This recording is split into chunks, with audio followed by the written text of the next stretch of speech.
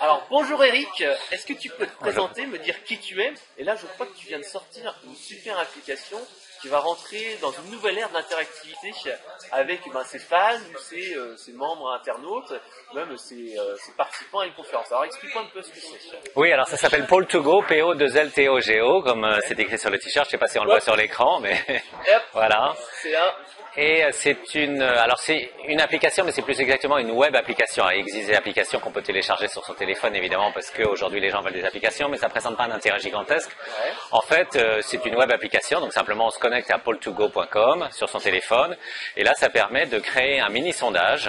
Et une fois qu'on a validé ce mini sondage, on obtient une URL courte et un QR code si on le souhaite également. Et c'est cette URL courte qu'on va partager, par exemple, avec une assemblée quand on est conférencier en temps réel. On va pouvoir leur faire un petit sondage, par exemple. Savoir si Par exemple, je fais une présentation PowerPoint, je mets un QR code juste en bas de la présentation. Exactement. On dit, donnez-moi votre avis, etc. Voilà, un QR code ou une URL courte, en fait on a voulu les deux. Et effectivement, ou par exemple si on fait une conférence et que si on fait une réunion vendeur par exemple et qu'on veut vérifier que tout le monde a bien compris que je sais pas, on allait lancer 5 produits à la rentrée, ben on leur demande, vous avez compris on va lancer 5, 7, 9 tu veux produits, dire que etc. sur chaque slide, tu peux par exemple mettre un petit quiz. Alors, Totalement. on répond tout de suite, on Voilà. flash. Alors, quel était le produit à vendre, quel est le prix du produit, etc. Donc, Voilà, ça donne exactement. de l'interactivité. Et pour toi, c'est important cet aspect interactivité? Bah là, c'est très important parce que effectivement, ça permet d'abord de faire circuler l'information dans les deux sens, c'est-à-dire que les gens se sentent beaucoup plus engagés dans la présentation, c'est-à-dire qu'ils ne sont pas là juste pour écouter entre guillemets le maître, mais simplement pour aussi donner leur avis, parce qu'en fait, dans Pole2Go, il y a évidemment le côté sondage, c'est-à-dire qu'on mini sondage, on ne fait pas des grosses enquêtes pour faire un petit quiz local, mais il y a aussi la remontée de questions, par exemple, si les gens dans la salle ont des questions à poser et que soit ils n'osent pas lever le bras ou Tu peux poser la question parce que la personne est en train de parler, etc. voilà, exactement. Voilà. Là, pendant toute la durée de la conférence, ils ont toujours pareil cette URL courte. Ils posent la question et le conférencier, en temps réel, il a les questions qui lui arrivent. Il choisit de répondre à la question ou de ne pas répondre à la question. Mais c'est vrai qu'on voit de plus en plus avec ce qu'on appelle la génération Y là, qui arrive et qui veut participer, qui n'est pas juste là pour recevoir de l'information, mais de l'interactivité et ce qu'on appelle aussi la gamification, c'est-à-dire un petit peu rendre intéressant, drôle tout ce qu'on voit sur le web. Oui, effectivement, il y a un côté ludique qui est assez important D'ailleurs, enfin, on a des usages de Pole2Go, on le constate, parce qu'on va regarder de temps en temps les sondages qui sont faits. On a des usages qui sont assez amusants. On a des gens qui mettent ça sur un t-shirt, par exemple, Ah ouais, avec un QR code. Voilà, exactement. Est-ce que vous me trouvez jolie ou pas? Voilà, c'est exactement ça. Voilà, tout à fait. On a 2 galeries d'art qui ont mis ça en dessous de 2 tableaux, et pour que les gens puissent laisser leurs commentaires, leurs inspirations en fait tout de suite devant une œuvre d'art ou avec leur téléphone ils rendent tout de suite ce que l'œuvre leur a inspiré. Et donc pour toi c'est important qu'on ait maintenant cette interactivité entre les personnes et donc un artiste ou un sujet, et donc de l'avoir sur mobile, pour toi c'est un petit peu l'évolution actuellement, la mobilité, pouvoir la réactivité. C'est-à-dire qu'effectivement, le fait de l'avoir sur le mobile, ça permet tout un tas d'usages que ne permet pas le web, par exemple. Parce que c'est vrai que sur le web, on peut réagir immédiatement parce qu'on est derrière son ordinateur et c'est instinctif aujourd'hui. Mais quand on est dans la vraie vie, j'ai envie de dire, par exemple, si on était là, on va pas ouvrir un PC. On n'aura pas un PC, voilà, exactement. Voilà, tout à fait. Donc en fait, ça permet d'interagir dans tous les endroits où en fait on n'a que son téléphone sur soi. Ok, d'accord. Et donc, pour faire reconnaître un Pole2Go, qu'est-ce que tu utilises comme outil? Alors bien sûr, il y a aujourd'hui les relations blogueurs au Web Connect, donc tu vas essayer, je pense, rencontrer les gens, présenter ta solution, etc. D'ailleurs, tu pourras nous la montrer à la fin sur ton smartphone. Bien sûr. Tout à l'heure. Et donc, comment tu fais exactement? Tu fais des relations presse? Est-ce que tu as un blog? Est-ce que tu utilises des médias sociaux? Donne-nous quelques petites idées, tes petites astuces. Alors c'est très intéressant parce que effectivement cette dimension marketing elle est capitale et souvent dans les startups elle est un peu omise, c'est-à-dire qu'on pense à faire un beau produit, on pense à développer quelque chose et puis au moment de le commercialiser on n'a plus d'argent ou on n'a plus les moyens ou on n'a plus les ressources, on a pris de retard, etc. Or en fait c'est capital, c'est-à-dire que il faut autant mettre dans le développement du produit que dans sa commercialisation derrière et nous on en est précisément à ce niveau niveau-là. Donc on a gardé une petite réserve sous le capot, qui ne sera certainement pas suffisante évidemment, parce que nous, notre marché il est mondial, donc faire du marketing au niveau mondial, ça coûte de l'argent. Mais bon, ça ne nous empêche pas de faire un certain nombre d'actions. Alors comment on fait nos actions? Eh bien, on fait des actions en fait micro-ciblées, c'est-à-dire qu'on va chercher des cibles très précises de gens par exemple qui organisent des conférences. Et on leur envoie tout simplement un mail très personnalisé en disant voilà, on a sorti ça, voilà comment vous pouvez l'utiliser.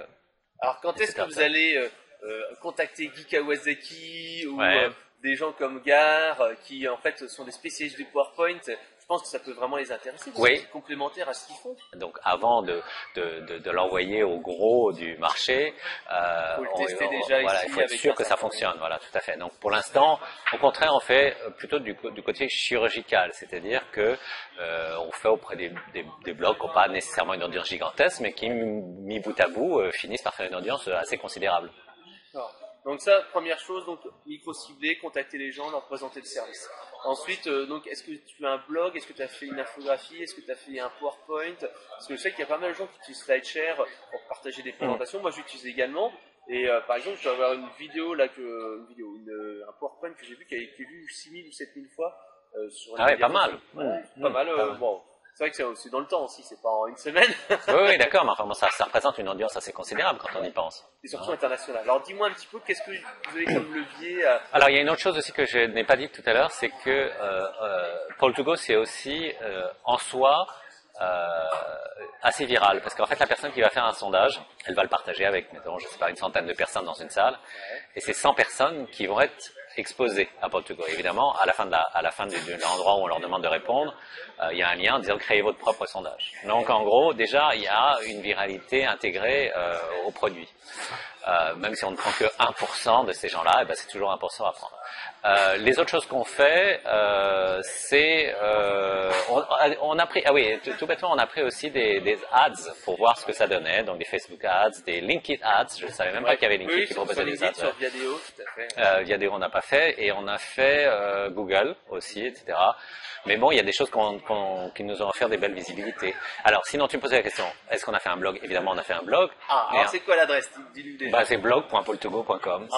C'est pas très, voilà. Alors, il est malheureusement pas assez fourni pour l'instant, mais on essaie de le remplir au fur et à mesure. Tout ça, ça prend du temps. En fait, c'est là où se situe le problème en termes de marketing, c'est que toutes les actions qu'on fait, toutes les actions qu'on doit faire prennent un temps monstrueux.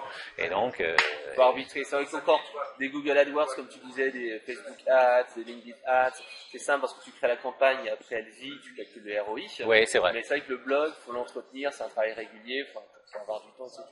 Oui, et puis tout ce qui est toute notre action d'emailing aussi, c'est alors en fait avec le temps, on l'a industrialisé.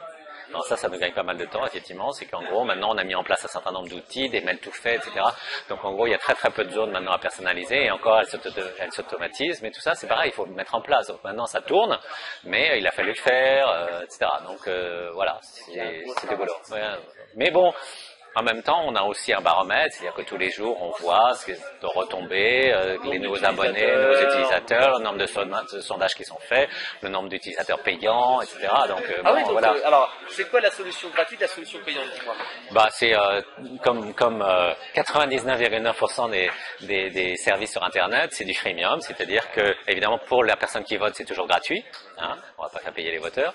En revanche, pour celui qui fait le sondage, c'est gratuit jusqu'à 20 votes. Donc, c'est-à-dire s'il attend 20 réponses, ça sera gratuit. Au-delà, on considère que c'est un usage professionnel et on fait payer. Mais on fait payer très, très, très peu cher puisque c'est $1 pour 200 votes. Donc, en gros, c'est un demi-centime de dollar par vote. Donc, si on a 1000 personnes devant soi, ça coûte $5. Donc, ça coûte rien du tout. Ça va, c'est $1. Ce qu'on voulait, c'était que c'est $1. Donc, notre business model, il est beaucoup, mais qui paye très peu. Voilà. C'est un bon modèle pour tout ça. En gros.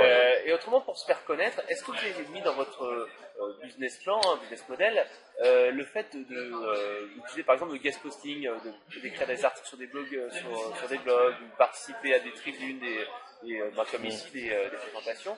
Parce que je crois que tu es un très bon photographe. L'année dernière, au Web Connect, on t'avait vu flasher partout. En fait, alors le guest posting, effectivement, c'est pas quelque chose que j'ai approfondi. On essaie plutôt de pousser les gens à écrire sur Port2Go, donc en touchant justement des blogs qui sont dans notre domaine de prédilection, plutôt qu'à écrire nous-mêmes, parce que en gros, là encore une fois, on se retrouve avec un problème de temps aussi, c'est-à-dire que effectivement on pourrait peut-être identifier du guest posting, peut-être que ça se fera, j'en sais rien, mais ça veut dire qu'il faut écrire et tout, enfin, tu connais. On écrit beaucoup de choses à valeur ajoutée, donc on met plus de temps que même un article de soi-même. Ouais, et puis on est forcément un peu biaisé aussi, donc je sais pas si c'est bien ou pas, c'est-à-dire qu'on va mettre forcément les choses en avant, alors que quelqu'un qui va être plus indépendant, bon, va peut-être faire des erreurs aussi, cela dit, mais au moins aura un avis qui a plus de crédibilité que si c'est toi qui as écrit un truc pour promouvoir ton propre produit. Alors donc on a parlé de la France ici, des événements, l'importance de se rencontrer en physique. À l'international, comment vous allez faire pour conquérir le marché mondial? En fait, c'est pas comment vous allez faire, c'est comment vous faites, parce que pour être franc avec toi, Port2Go c'est une société en fait canadienne. Donc, je me suis associé avec un Canadien, donc c'est une société canadienne. C'est le hasard de l'histoire et des rencontres, et donc on est avant tout internationaux, c'est-à-dire qu'on vise plutôt d'ailleurs des départs, voilà, tout à fait. Non, pas du tout. Et surtout en termes de valeur, c'est-à-dire que nous, un utilisateur je sais pas, Tampa en Floride, vaut autant qu'un utilisateur à Boulogne-Billancourt. Donc il n'y a aucune limite. Mais bon, sur la carte, en gros, quand on regarde les utilisateurs, on a les deux gros pôles, c'est quand même les États-Unis et l'Europe, évidemment. Donc de toute façon, pour l'instant, l'essentiel de notre communication, elle est envers le monde anglo-saxon. Donc, il y a du volume et on sait très bien qu'ils aiment bien l'interaction. En France, c'est peut-être un petit peu tôt, les gens sont encore très pédagogiques traditionnels, c'est un petit peu peut-être moins... Alors il y a deux choses, il y a le fait que effectivement il y a une taille de marché, c'est-à-dire qu'effectivement c'est plus simple de s'adresser au marché anglo-saxon puisque ça couvre aussi l'Australie, la Nouvelle-Zélande, tout ce monde-là. Il y a le fait que les Français, je me suis rendu compte, parce qu'évidemment, bien sûr j'en parle aussi aux Français, mais les Français ont c'est pas qu'ils adoptent pas les nouvelles technologies, c'est qu'ils mettent un petit peu plus longtemps à les adopter que les autres. Donc du coup, si on est capable de s'imposer dans le monde anglo-saxon, on aura plus de facilité à le vendre en France. Et ensuite, il y a beaucoup plus de services à disposition pour justement s'adresser au monde anglo-saxon qu'il y en a pour un marché français qui est en gros, malheureusement, aujourd'hui assez limité. Il faut bien reconnaître, c'est 60 millions d'habitants. On a un service qui, comme vous, misez sur le volume. Il faut quand même avoir un marché qui est important et capter peut-être 0,1% de la totalité des gens qui font des présentations ou qui utilisent des sondages sur Internet. Mais donc, il faut avoir beaucoup de volume. C'est exactement ça. C'est effectivement, voilà, tout à fait. C'est-à-dire que courir à s'installer en France, à convaincre des Français, ne représente aucun intérêt par rapport à essayer de convaincre le monde entier, en fait. Et surtout, ça ne coûte étant donné qu'on n'a rien de local, alors je ne vais pas voir les clients parce que tu t'imagines bien que à $1 les 200 votes, à $1 les 200 votes, si je commençais à les vendre à chaque client, je perdrais ma chemise. Donc en fait, c'est uniquement du marketing sur Internet. C'est-à-dire que les gens trouvent le service intéressant, ils l'achètent, et ils ne trouvent pas le service intéressant, ils ne l'achètent pas. Et donc c'est pour ça que la valeur d'un client à l'autre bout du monde était là exactement la même chose que localement. Donc c'est pas la peine que je m'évertue à vendre à un petit marché. D'accord. Alors une dernière question. Là, c'est un produit qui est 100% web, un service 100% web. Alors, je sais que développer sur le web, c'est toujours compliqué, parce qu'il y a toujours des retards de données. Comment vous avez réussi à gérer? Est-ce que vous êtes en phase avec votre plan de développement? Est-ce que vous êtes en retard? Non, on a été on avait fait un plan dès le départ avec voilà, exactement, tout à fait. On a assez respecté, donc on a sorti. On a été en ligne officiellement le 1er juillet parce que c'est le jour du Canada, donc on voulait une date symbolique. Et en fait, le pré-lancement, ça a été fait le 22 août. Et là, on est en train de développer tout un tas de fonctions supplémentaires, voilà. Mais on veut le garder très simple. C'est-à-dire, l'idée n'est pas de faire une usine à gaz parce qu'il y a des tas de produits très sophistiqués qui font très bien. C'est pas du tout fait pour faire des sondages sophistiqués, etc. C'est vraiment pas fait pour ça. C'est un outil d'animation avant tout. Mais on a un certain nombre de produits qu'on va sortir bientôt dérivés de Port2Go, qui sont en fait des aménagements et qui vont permettre tout un tas de choses, notamment dans le domaine de la relation client. Ok. Alors, est-ce que tu aurais une dernière chose à nous dire, à part aller visiter, bien sûr, port2go.com? Est-ce que tu voudrais faire un dernier conseil, donner une dernière information aux gens qui veulent, par exemple, se lancer sur le web, dans le sondage, pour avoir plus d'interactivité avec ses clients? Quels sont les petits trucs et astuces que tu donnerais? Un dernier. Ouais, je peux donner un conseil qui n'a rien à voir avec les sondages ou avec le feedback, mais qui est pour les startups en général, parce que j'en ai vu beaucoup dans ma vie des startups en général, c'est qu'effectivement, il faut toujours penser à la façon dont on va commercialiser le produit derrière. Et donc, ça sert à rien de mettre tout son argent dans le développement du produit si derrière on n'est pas capable de le faire connaître. Et donc ça c'est vraiment, il faut être, aujourd'hui si on a prévu 100 pour développer son produit, il faut remettre 100 ou au moins 50 pour derrière le vendre.